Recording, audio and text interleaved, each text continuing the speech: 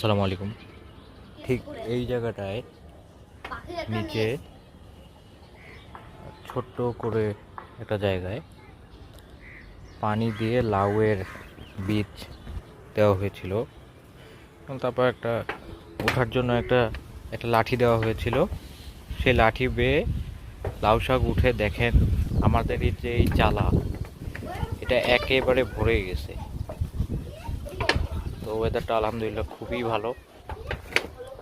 আর একটা জিনিস আপনাদেরকে দেখাই, যে দেখেন এই যে আমাদের বাড়ির পাশে যে কারেন্টের তার, এখানে বিকাল হলে এই সময়টা প্রচুর ঘুঘু এভাবে বসে থাকে।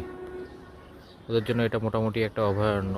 তো এই ঘুঘু নিয়ে পরবর্তীতে আরও ভিডিও আসবে, সেটা দেখার জন্য অবশ্যই পেজটাকে ফলো দিয়ে রাখবেন। আল্লাহ হাফেজ।